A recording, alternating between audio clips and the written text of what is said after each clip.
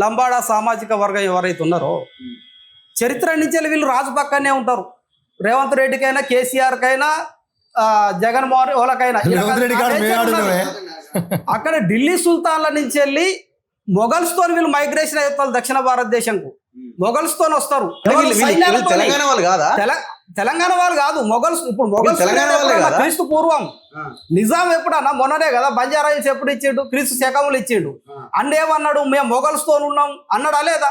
Mughals ఇచ్చిండ్రు, ఇవ్వలేదు అంటలేను. మొఘల్స్ ఎప్పుడు క్రీస్తు పూర్వం కాదా?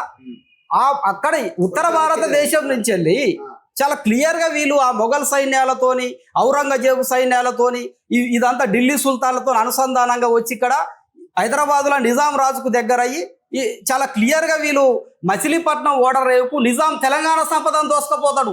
హైదరాబాద్ రాష్ట్రం మచిలీపట్నం ఓడర్ రేవుకు ఇప్పుడు మన ఫర్మానా అన్నాడు కదా, ఫర్మానా అంటే అది నిజాం రాజు తన ఖజానాని ఆ ఫర్మానా దర్వాజలకి వెళ్ళి సపరేట్ గా పట్టకపోయే క్రమంలో ఒక యాక్ట్ లాగా ఇప్పుడు వీళ్ళ 1,28,000 బండ్లు లంబాడా సామాజిక వర్గం నిజాం యొక్క సంపదని మచిలీపట్నం ఓడరేవుకు చేరిస్తే బ్రిటిషులు వీళ్ళిద్దరు ఇంక్లూడ్ పాలన కదా. అప్పుడు పోయే క్రమంలో కూడా ఎక్కడ పంట చేలు కనపడ్డా కానీ వీళ్ళ ఆవులకి నీళ్లు కావాలి, వీళ్ళ ఆవులకి మేత కావాలి, పంట చేనైనా పోయొచ్చు, ఎక్కనైనా నీళ్ళైనా తాగో, సేవైనా చేసి అధికారం వచ్చిందే పరమానా. ట్రేడ్ అండ్ ట్రాన్స్పోర్ట్ లో చాలా క్లియర్గా ఉంటుంది. లంబాడాలు ఎక్కడి నుంచి వచ్చిర్రు? మరి మొన్న మార్వాడి ఉద్యమంలో లంబాడీలు ఎటువైపు ఉన్నారు? ఆ మార్వాడీల జెనెటిక్ అని వీరు కొంతమంది వాళ్ళ పక్షాన ప్రెస్ నోట్లు ఇవ్వలేదా, వాళ్ళ పక్షాన మాట్లాడలేదా? అట్లా వచ్చిండ్రు తెలంగాణకి. వీళ్ళు వచ్చిన విధానం మార్వాడీలో ఒక వర్గానికి సంబంధించిన అరుణ్ ఏం చెప్తాది, మార్వాడీలలో ఒక వర్గానికి సంబంధించిన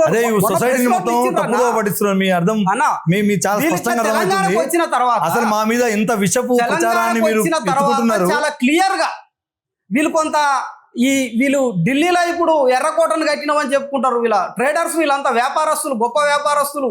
ఎర్రకోటను కట్టిన క్రమంలో రైల్వే ట్రాక్లు వచ్చినప్పుడు వీళ్ళ కొంత జరిగి అంటే అప్పుడు లంబాడా అదాని ఉన్నాడు, ఉన్నాడు. ఎందుకు దోపిడీకి గురైన ఇప్పుడు మొత్తం సంపాదన